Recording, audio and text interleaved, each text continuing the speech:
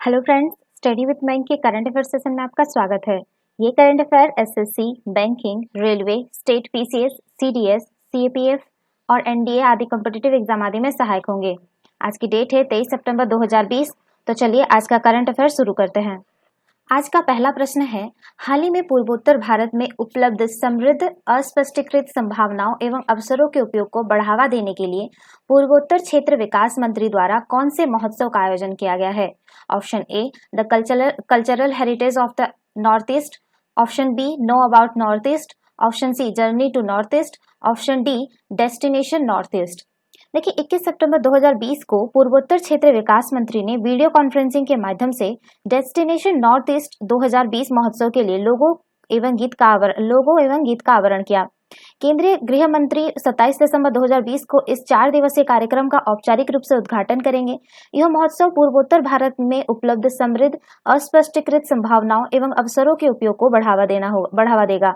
यह महोत्सव कोविड-19 के बाद पूर्वोत्तर क्षेत्र को पसंदीदा पर्यटन एवं व्यावसायिक स्थलों में से एक के रूप में उभरने में मदद करेगा और यह भारतीय अर्थव्यवस्था के लिए वोकल फॉर लोकल के मंत्र के साथ आत्मनिर्भर भारत अभियान के लिए एक महत्वपूर्ण इंजन का कार्य करेगा।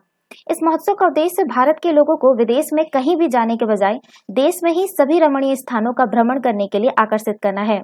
पिछले 2 वर्षों से लगातार देश भर में कई इस महोत्सव का आयोजन किया जा रहा है।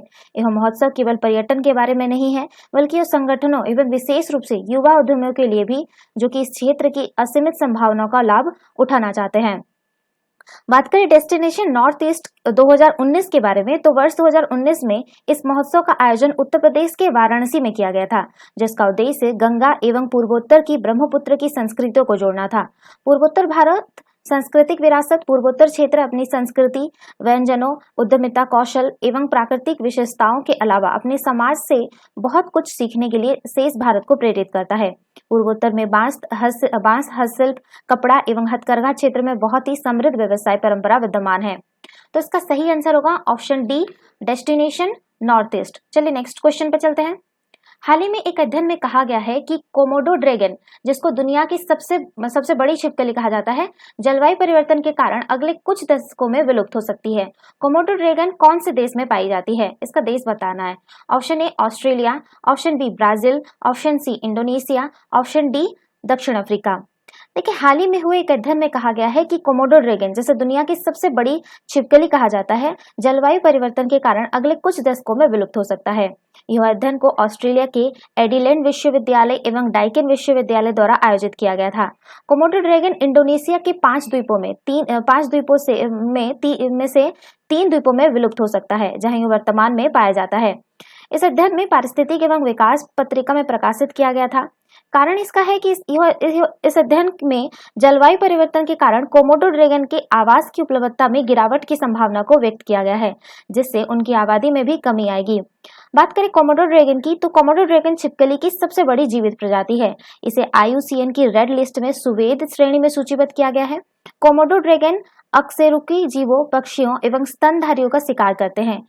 कोमोडो ड्रैगन में विष ग्रंथियां पाई जाती है, जो विषाक्त पदार्थों से भरी होती है। इसे कोमोडो मॉनिटर के रूप में भी जाना जाता है, जो इंडोनेशियाई द्वीपों के कोमोडो, रिनिका, फ्लोरेंस और गिली मोटोंग में पाई जाती है। तो इसका सही आंसर होगा ऑप्शन सी, इंडोनेशिया।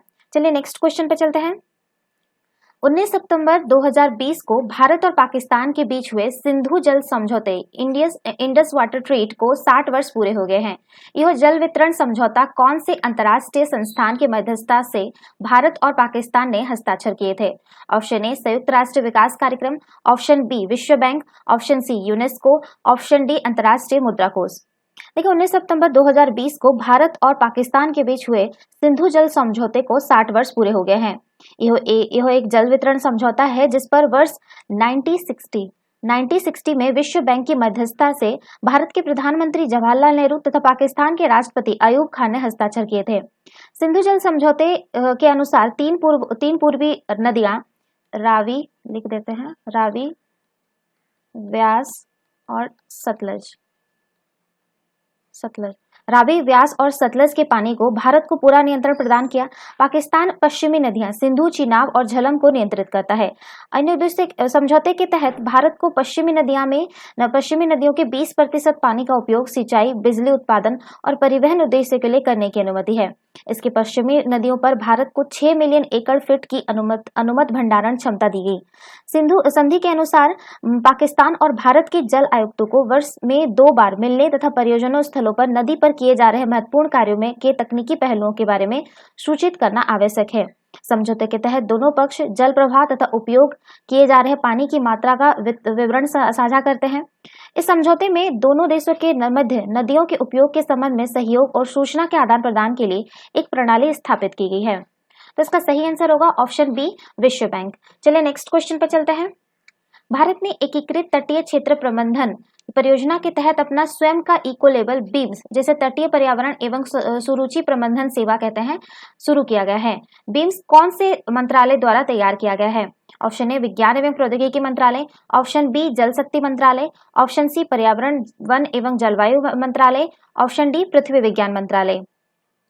देखिए, भारत ने एकीकृत तटीय क्षेत्र प्रबंधन परियोजना के तहत अपना स्वयं का इको लेबल बीम्स जैसे beach environment and aesthetic management services शुरू किया है। बीम्स को केंद्रीय पर्यावरण वन एवं जलवायु परिवर्तन मंत्रालय के तहत society of integrated coastal management द्वारा तैयार किया गया है। तटीय क्षेत्र के जल को प्रदूषित होने से बचाना, तटों पर समस्त सुविधाओं का सतत विकास, तटीय पर्यावरणीय व्यवस्था और प्राकृतिक संसाधनों की सुरक्षा और संरक्षण, स्थानीय प्रशासन और अन्य भागीदारों को बीच की स्वच्छता और वहां आने वालों के स्वास्थ्य एवं सुरक्षा का तटीय पर्यावरण और नियमों के अनुसार पालन सुनिश्चित करने को प्रेरित करना है। ICZM का उद्देश्य तटीय समुद्रों की आजीविका में सुधार करना और तटीय परिस्थितिकी तंत्र का संरक्षण करना है। यह एक विश्व बैंक से सहायता प्राप्त परियोजना है। इसके परियोजना के संदर्भ में सतत तटीय प्रबंधन के लिए राष्ट्रीय केंद्र चेन्नई वैज्ञानिक और तकनीकी जानकारी प्रदान करेगा। वर्ष 1992 में रियो डी जेनेरियो में पृथ्वी शिखर सम्मेलन के दौरान ICZM की अवधारणा का उद्भव हुआ था। तो इसका सही आंसर होगा ऑप्शन सी, पर्यावरण वन एवं जलवायु मंत्रालय। तो चलिए नेक्स्ट क्वेश्चन पे चलते हैं। हाल ही में चर्चा में रही भौगोलिक संकेतक प्राप्त, भौगोलिक यानी GI टैग, ठीक है, चंदबलम की साड़ियां भारत के कौन से राज्य के बुनकरों द्वारा बनाई जाती है? Option A Kerala, option B Karnataka, option C Tamil Nadu, option D Andhra Pradesh. देखिए, छोटे से शहर चंदमंगलम की साड़ियां अपने पुलियालकारा बॉर्डर के कारण एक अलग पहचान रखता है। चंदमंगलम की साड़ियों की बात करें तो चंदमंगलम केरल के एर्नाकुलम के पास एक छोटा सा शहर है जो अपने प्राचीन इतिहास एवं संस्कृति के कारण प्रसिद्ध है। यहूदी, ईसाई, मुस्लिम एवं हिंदू पूजा स्थलों के साथ यह शहर प्राचीन बंदरगाह मुजीरिस का हिस्सा है। यह शहर मूल रूप से कर्नाटक के बुनकर समुदाय देवांग चेट्टियारों द्वारा महीन सूत कताई के लिए जाना जाता है।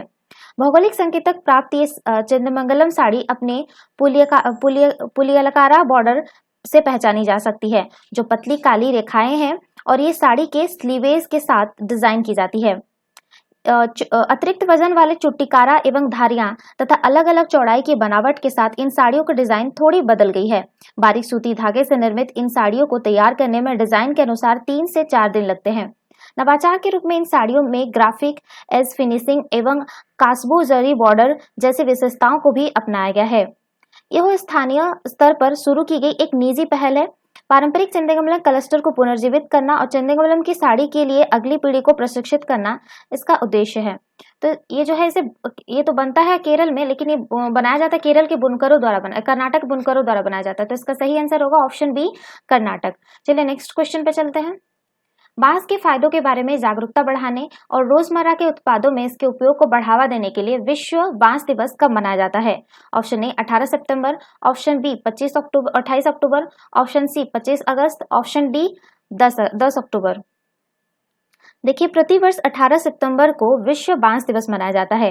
वर्ष 2009 में बैंकॉक में आयोजित 8वीं विश्व बांस कांग्रेस में विश्व बांस संगठन द्वारा 18 सितंबर को आधिकारिक रूप से विश्व बांस दिवस मनाए जाने की घोषणा की गई थी।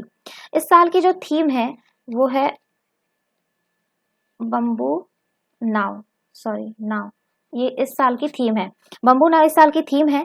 1992 में जापान के अंतर्राष्ट्रीय बांस कांग्रेस में विश्व बांस संगठन की स्थापना की गई थी। वर्ष 2017 में बांस के वृक्षों की श्रेणी से हटाने के लिए भारतीय वन अधिनियम 1927 में संशोधन किया गया था।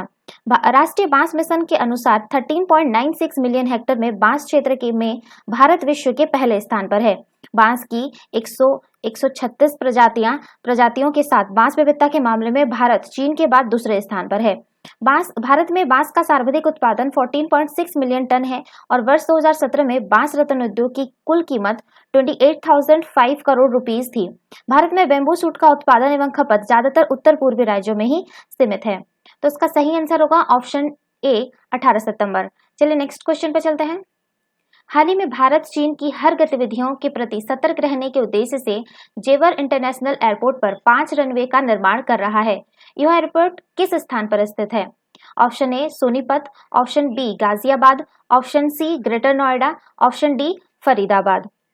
देखिए, जेवर इंटरनेशनल एयरपोर्ट पर 5 रनवे का निर्माण कर भारत चीन की बराबरी करेगा। चीन के संघाई एयरपोर्ट पर 5 रनवे हैं। प्राइस वाटर हाउस कूपर जेवर इंटरनेशनल एयरपोर्ट पर 5 रनवे के निर्माण संबंधी व्यवहारिकता रिपोर्ट एक सप्ताह में नोएडा इंटरनेशनल एयरपोर्ट कंपनी को सौंप देगी। जेवर इंटरनेशनल एयरपोर्ट के पहले चरण में 2 रनवे का निर्माण होना है। प्रदेश सरकार ने इसे एशिया के सबसे बड़ा एयरपोर्ट बनाने के लिए व्यवहारिकता रिपोर्ट तैयार करने के नियाल को निर्देश दिए थे। PwC द्वारा तैयार की गई व्यवहारिकता रिपोर्ट में कहा गया कि इस एयरपोर्ट पर 5 रनवे का निर्माण किया जा सकता है। पहले चरण में बनाए जा रहे 2 रनवे में उत्तर में एक और रनवे व दक्षिण में 2 अन्य रनवे बनाए जा सकते हैं। अगर बात करें दुनिया के सबसे बड़े एयरपोर्ट के बारे में, तो ओहरे इंटरनेशनल एयरपोर्ट जो कि अमेरिका में है, उसमें आपका 8 रनवे है। फिर Dallas fort worth international airport, वो भी अमेरिका में है, उसमें 7 रनवे है। एम्स्टर्डम एयरपोर्ट नीदरलैंड में है, उसमें 6 रनवे। और संघाई इंटरनेशनल एयरपोर्ट चीन जिसमें 5, और हार्ट्सफील्ड जैक्सन अमेरिका में, उसमें भी 5 है। इसके बाद भारत का स्थान आ जाएगा अगर ये बन जाता है तो जेवर इंटरनेशनल एयरपोर्ट। तो इसका सही आंसर होगा ऑप्शन सी ग्रेटर नोएडा। चलिए नेक्स्ट क्वेश्चन पे चलते हैं। हाल ही में छत्तीसगढ़ के मुख्यमंत्री और केंद्रीय नागरिक उड्डयन मंत्री ने जगदलपुर से कौन से स्थान को जोड़ने वाली विमान सेवा शुरू की है? Option A Durg, option B Bhilai, option C Raipur, option D Rajnandgaon. देखिए, जगदलपुर से रायपुर हैदराबाद के लिए सोमवार को विमान सेवा शुरू हो गई है। छत्तीसगढ़ के मुख्यमंत्री भूपेश बघेल व केंद्रीय नागरिक उड्डयन मंत्री हरदीप सिंह पुरी ने वीडियो कॉन्फ्रेंसिंग के माध्यम से इसका औपचारिक उद्घाटन किया। बिलासपुर और भोपाल के लिए भी सेवा जल्द शुरू होगी। उद्घाटन के बाद हैदराबाद से जगदलपुर आने वाली पहली फ्लाइट मां दंतेश्वरी विमानतल पहुंची। अलायंस एयरवेज के 72 सीटर विमान का लोगों ने ताली बजाकर और विमानन विभाग से वाटर कैनन सैल्यूट के साथ स्वागत किया। पहली फ्लाइट के आने के बाद 17 यात्रियों का स्वागत जनप्रतिनिधियों और अधिकारियों ने भी किया। विमानतल का नामकरण बस्तर की आराध्य देवी मां दंतेश्वरी के नाम पर किया गया है। इस मौके पर बघेल व हरदीप सिंह पुरी ने वीडियो कॉन्फ्रेंसिंग के जरिए बस्तर के लोगों को बधाई दी। तो इसका सही आंसर होगा ऑप्शन सी रायपुर। चलिए नेक्स्ट क्वेश्चन पे चलते हैं। हाल ही में पहली बार इटालियन ओपन टेनिस टूर्नामेंट का खिताब कौन से खिलाड़ी ने अपने नाम किया? Option A Simona Halep, option B Karolina Pliskova, option C Julia Gorges, option D Daniela Hantuchova. देखिए, शीर्ष वरीयता प्राप्त सिमोना हालेप ने कैरोलिना फिल्स्कोवा के चोट के कारण फाइनल में मैच के बीच से हट जाने के कारण पहली बार इटालियन ओपन टेनिस टूर्नामेंट का खिताब अपने नाम किया है। स्टार खिलाड़ी पिल्सकोवा ने जब हटने का फैसला किया तब हालेप सिंगल मैच में 6-0, 2-1 से आगे चल रही थी। फिल्सकोवा ने पीठ के निचले हिस्से में दर्द के लिए उपचार भी लिया था।